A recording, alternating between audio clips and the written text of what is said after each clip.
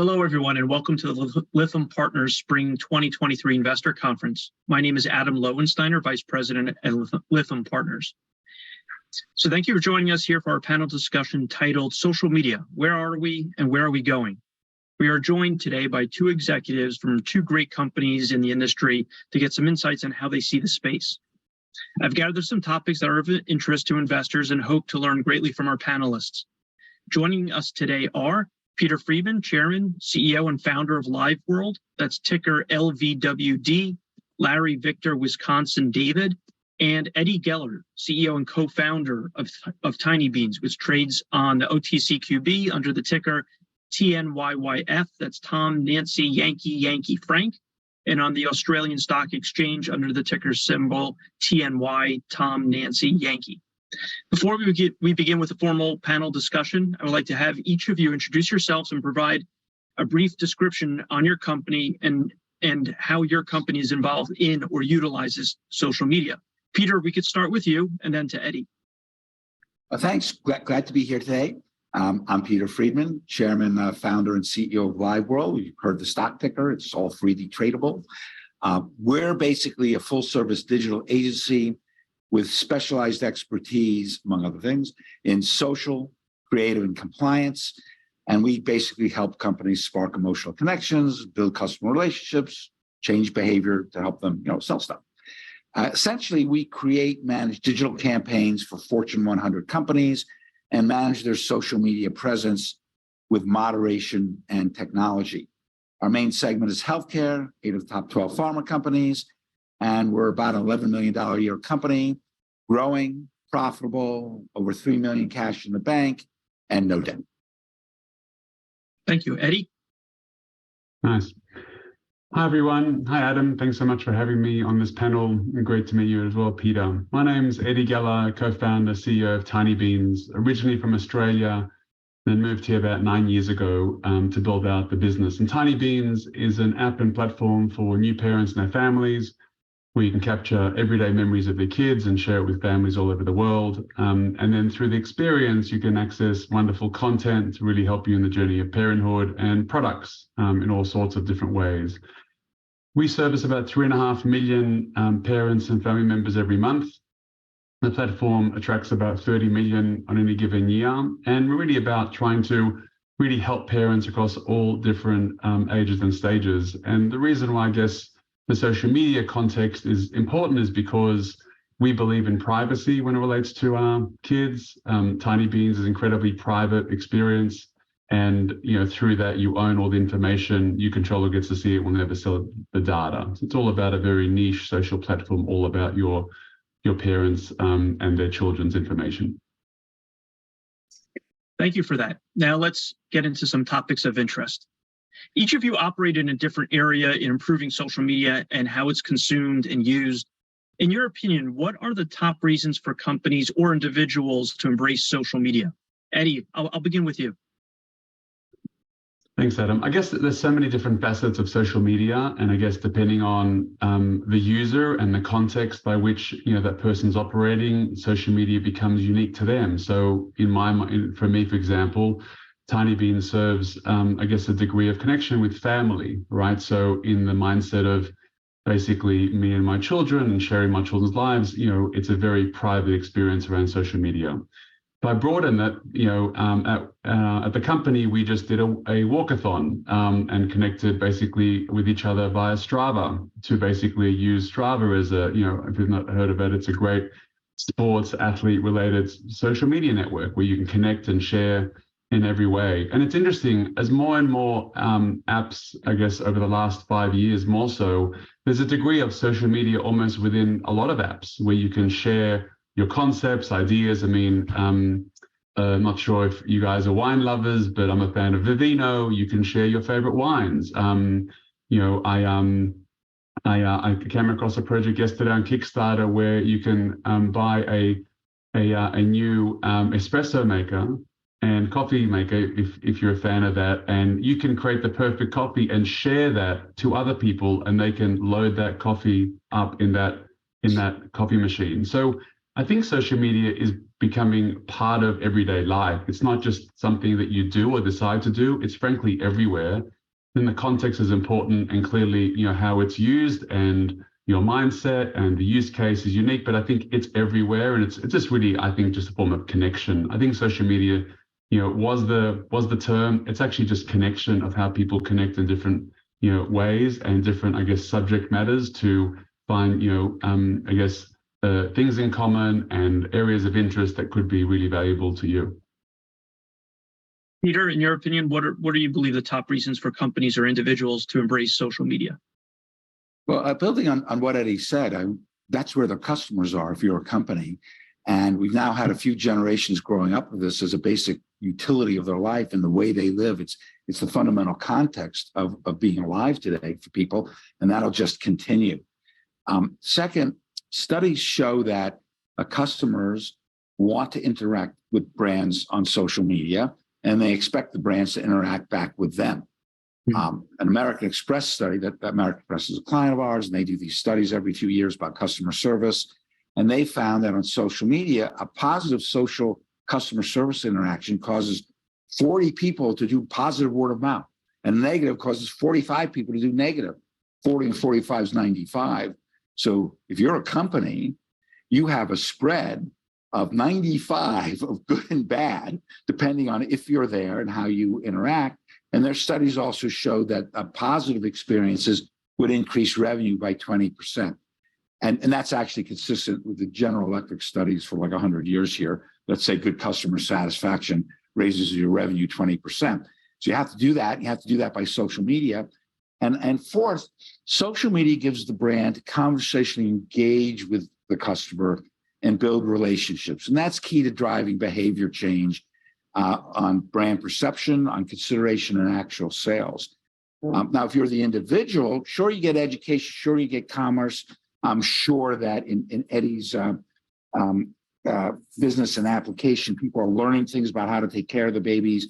But even more than that, there's a core emotional human need to self-express and share oneself, to make friends and connections, as Eddie said, and to give and get attention. I'm really excited about what Eddie does. So I just want to tell you, when we managed Walmart's social media, which was 5,000 Facebook pages and 80,000 comments in one day, a microcosm of the whole country or the world, we found that the best reactions to anything were a puppy, ice cream, or a baby toddler. Yeah. So we created a post of a baby feeding ice cream to a puppy. It went through the roof. So that baby thing is right there in the center of how people want to express themselves, make friends and connections around it, and get attention for my baby. So along the lines, let's talk about brand building then. Many companies are relying on, so-called influencers, people that have a larger following to help promote brands. Many of these types, of outreach are effective, but as we've seen recently with Bud Light, sometimes it can backfire. What's the right approach to using social media? Does one really need influencers to be successful in one's branding? And how should companies utilize influencers? Peter, let's begin with you. Well, first off, I want to just comment. I'm not sure if that Budweiser thing backfired or not. There's a lot of negative media from certain groups on that, but the jury's out on did they get more people liking them or less. We don't know that. In any case, influencers is just one tool in marketing toolkit. It isn't particularly needed any more than any other tool. It depends on the strategy. Long before socials, big debate. Do you get these celebrities endorsing your product? Does it do anything, or do you just spend a lot of money? It can. I mean, if somebody has a following that believes her about fashion things, now she says, I like this fashion thing, they might do it. Is it worth the amount of money you spend? That's a question. In social, I think that brands are learning that a high volume of followers doesn't necessarily mean a high impact on marketing results. In part because a lot of the followers could be fake, or even if they're real, they're not really engaging. So you have to pay attention to, are the followers engaging with their content?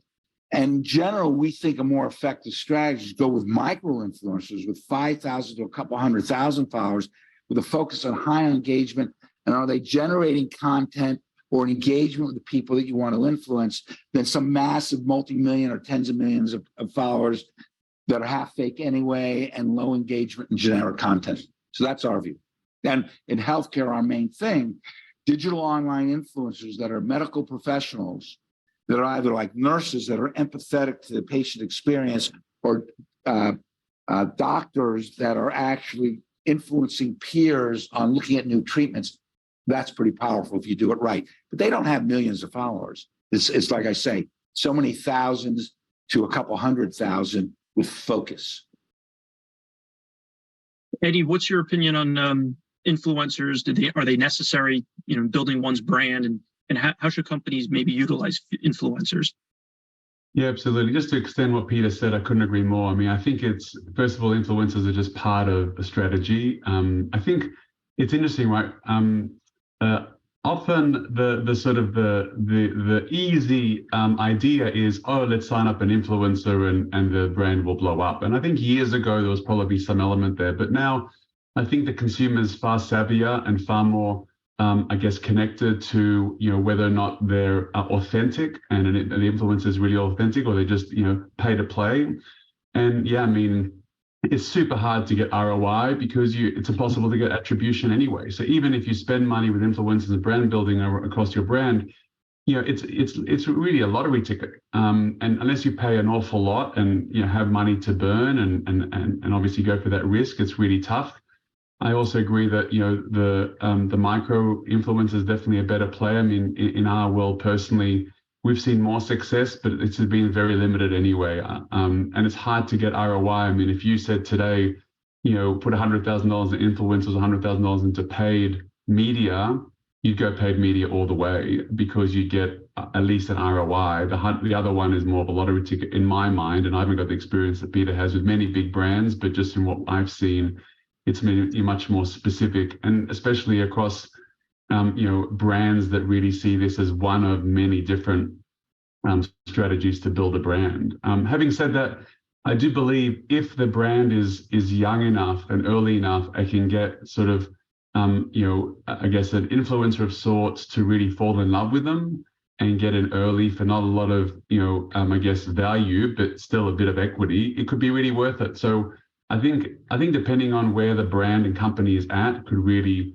evaluate whether this is a value. I mean, you take some of the A-lister celebrities. I mean, look at Ryan Reynolds, who's killed it in a bunch of consumer brands, and his brand, is almost guaranteed success. But the cost of that and the evaluation of that is really going to be a tough one. But I think I've certainly had friends of businesses that we're just building a business and randomly they see that product on some sort of celebrity and it's blown up, but it's been organic. They haven't paid, and that's the best. Now, how do you orchestrate that? Maybe Peter's company can help you, but in terms of the orchestration, and it's really a lottery ticket, and just build a great brand and things that customers love, and then over time figure out how people can leverage social media to grow it with influencers or not, frankly. So on the topic of these influencers, there's companies and brands using them. As Eddie you mentioned, it's another form of advertisement in a way.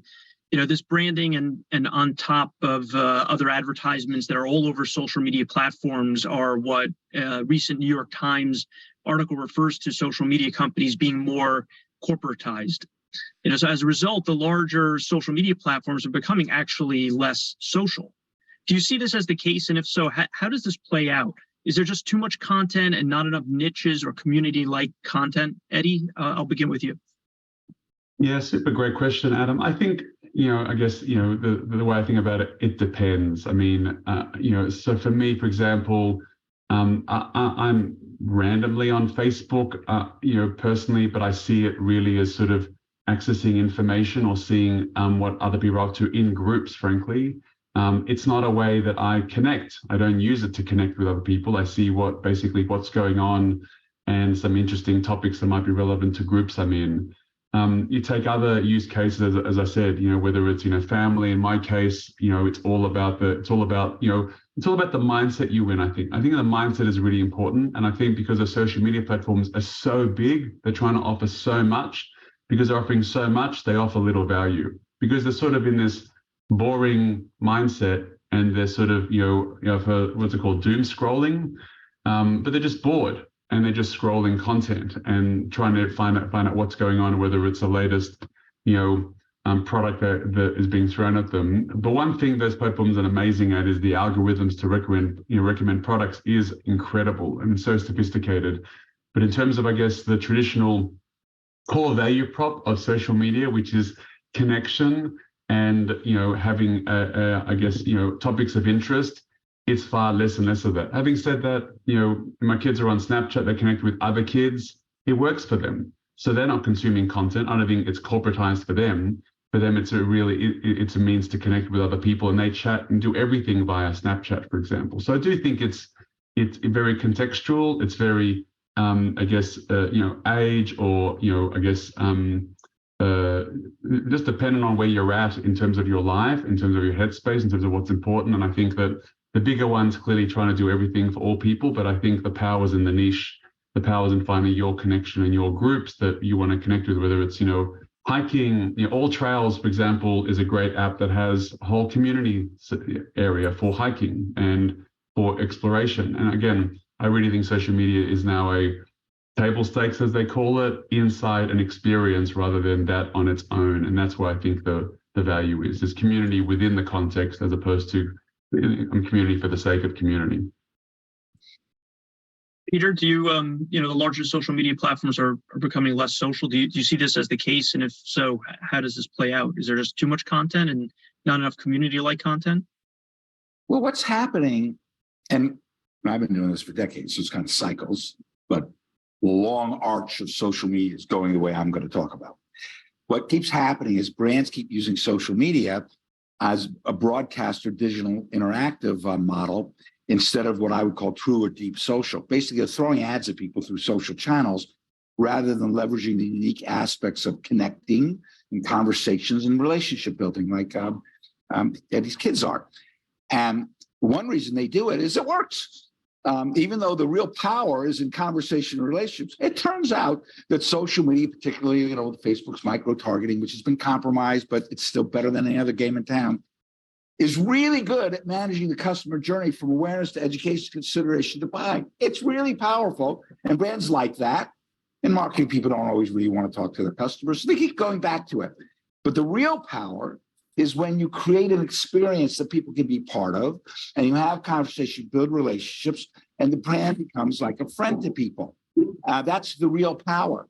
And not everybody does that, but some do. In our work for AbbVie Humira Complete, which has been a program that identifies people, and it's complicated, expensive medicine, and then we help them escalate them to specialty pharmacy or to nurses, show them how to use it, stuff like that. Or we built a community with Mount Sinai called Navigating Dementia, which is actually for the adult children of dementia patients, and how do they deal with it, and what do they do, and what about their own health? And that creates a completely different relationship with the hospital system as they help people with the healthcare, not just of their parents, but of themselves. So those are examples of where people can do it. And I think that you can create immersive experiences. Eddie mentioned Snapchat. One of the reasons TikTok has risen is because it's giving a different usage pattern than just throwing ads at you. And, Facebook with TikTok envy is now trying to throw videos at you, and Instagram is kind of messing that up. And you can see it. People got kind of annoyed at Facebook after a while because it's just like all these ads and content. They moved to Instagram with photos, and then they're getting annoyed with that. Now TikTok comes. So I think what's going to happen is in the really big ones like Facebook, it's going to keep ebbing and flowing, and then they'll create something. But you're going to keep seeing a rise of apps and services that are more vertical and fresh in nature and usage pattern, like TikTok, or focus, like Tinybeans. And the other one he mentioned, because people want that. And, they moved from broadcast to cable for that, and then cable became the other broadcasting, and then they moved to digital, and then that became too much throwing ads at me and just content instead of experience, and they moved to social media, and then when the social, it's bouncing back and forth. So the answer is, yeah, too much ads, too much content, but it works.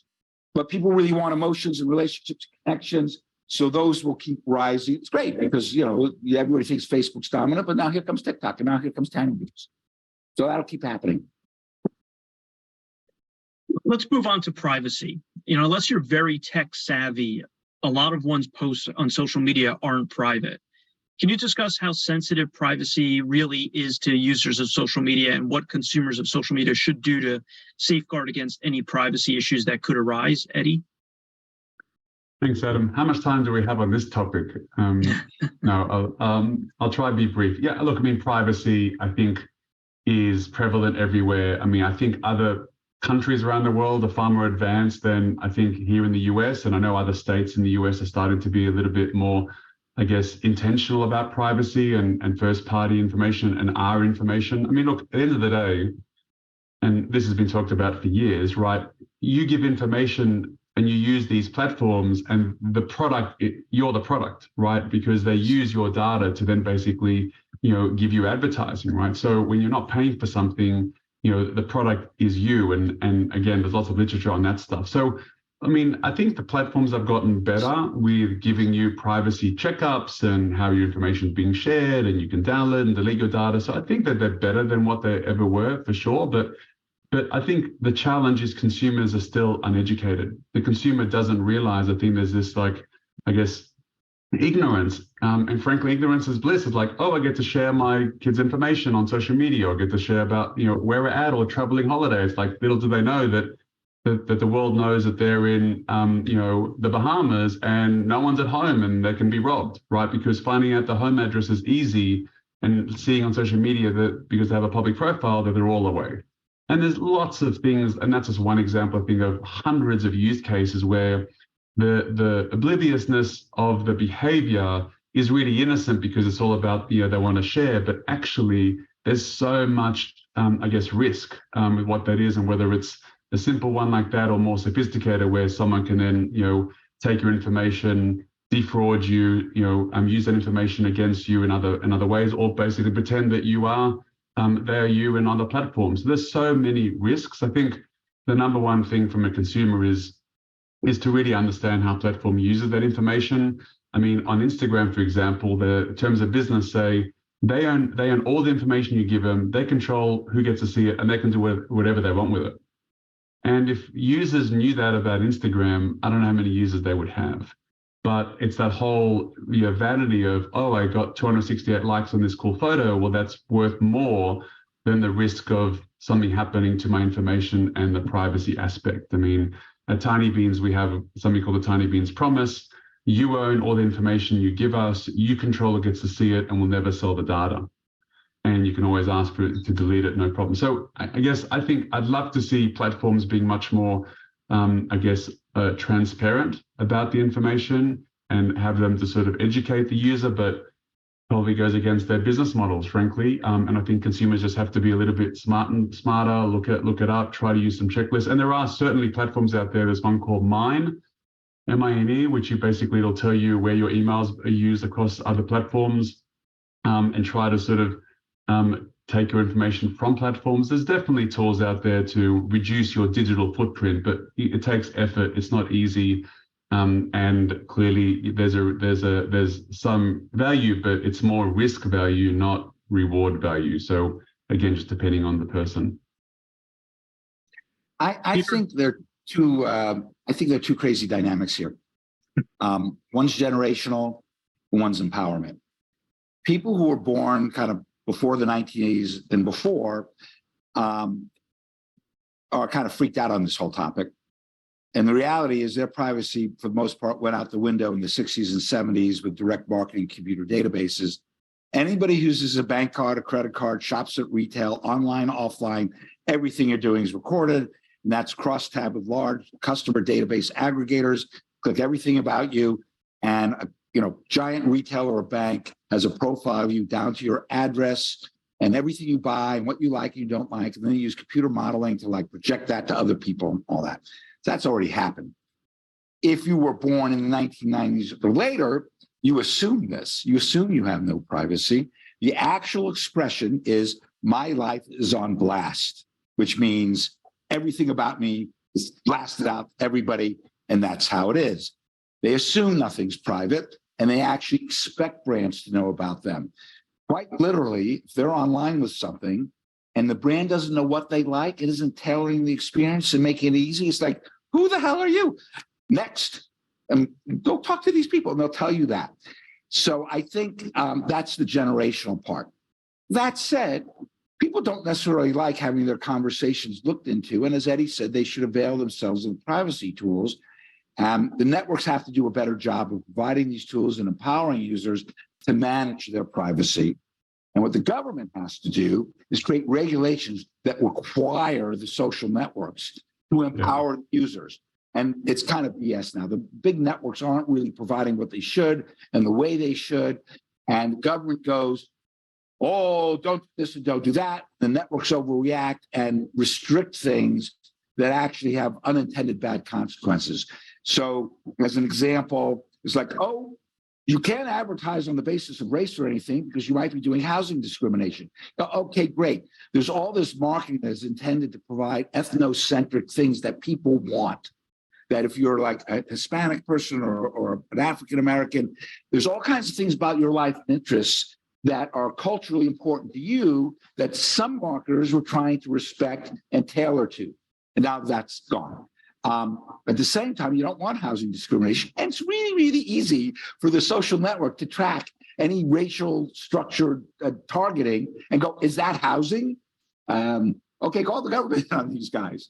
So there's unintended consequences when the government clamps down. What we really need to do is say, hey, social networks, you got to empower people so somebody can decide if they want to be targeted based on their race or religion or their medical condition. And if they don't, they don't. And if they do, they get what they want. And then you got to kind of manage it so the discriminatory practices aren't there. So just to sum up, generational, it's a completely different situation of freak out versus you better do better at knowing everything about me. And second, along the lines of what Eddie was talking about, the users have to be empowered and be more educated and have better tools. So we got time for a couple more questions here. I probably couldn't get away without asking about artificial intelligence. That's the buzzword of the year, commonly referred to as AI. It's coming about in a big manner when combined with social media, could be a toxic mix depending on what it's used for. What's your take on AI and social media? And as a CEO, how are you preparing for it, Peter? Well, I'm both excited and skeptical. Excited because, an advancing tool. I don't really want to say it's a new tool because we've been doing this for like decades already, but there's new stuff and it can help us consider more information and more ways of expressing information. I'm skeptical because the hype exceeds the short and medium term reality to the point of like literally mass hysteria. And much of this hype is being driven by the companies themselves and their investors. That's the usual situation. Be that small companies trying to, make themselves out to be worth something, or even Google and Microsoft are like, oh, I have that. Look at mine. Look at mine. No, look at mine. The Russians differentiate themselves. So on the positive side, it's enabling better writing across industries. I actually attribute that to the deterioration of human writing skills over the past 30 or 40 years, more than to chat AI being so great. I've yet to see anything, and we're using it a lot, that chat AI comes up with that a good copywriter 30 years ago wouldn't have done or better. But it helps. And I haven't seen anything that we don't improve on when we use it. So we don't use it entirely instead of humans, but it does give us ideas for copy and a phrase here and an approach there.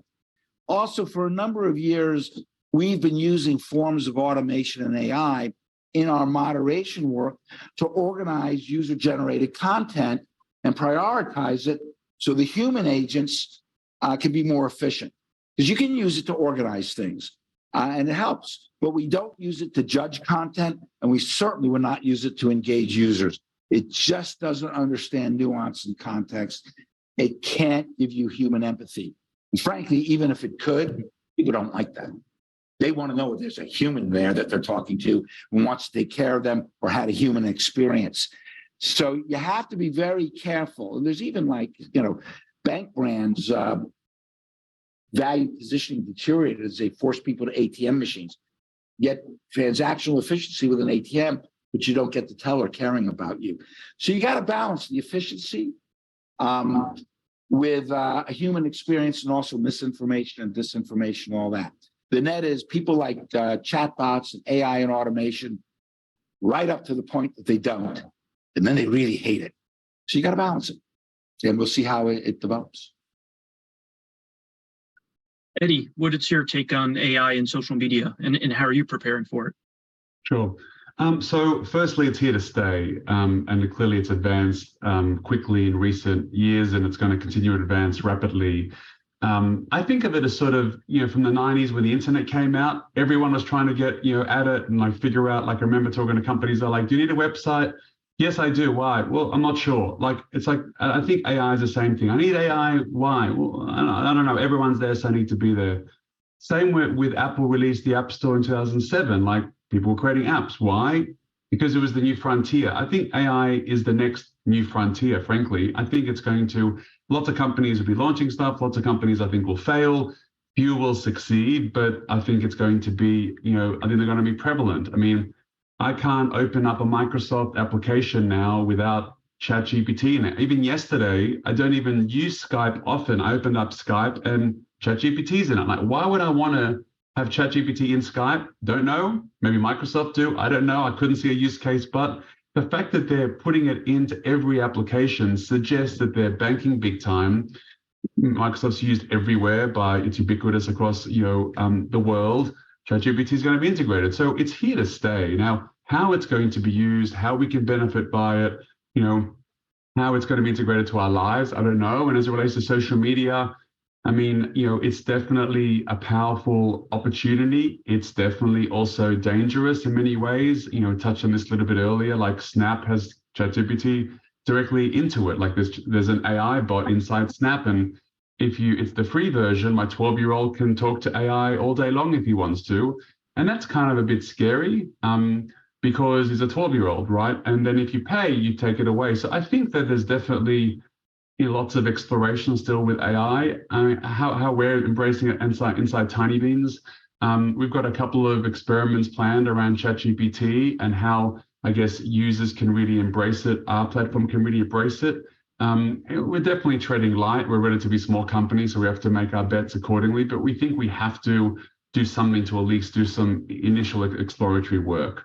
But I think it's here to stay. I'm learning, quickly. I mean, my kids are using it every day as part of their, preparing for school, preparing for tests. And they love it. Hopefully they'll become better writers, Peter, and will improve the writers of the next 30 years rather than the last 30 years as a consequence of it. But I listened to this podcast by Adam Grant, who interviewed these incredible AI experts, and they lecture at Wharton, and they were saying everyone has to use ChatGPT because we want to elevate everyone's basically writing skills. Your writing has to be amazing now. Now, what you write, how you write, to what extent, emotional, all those connection points, that's the unique thing. But I love that they've embraced it as opposed to other colleges that are like, if you submit something that has ChatGPT on it, you're going to fail. Like, that's not right. I think we have to embrace it.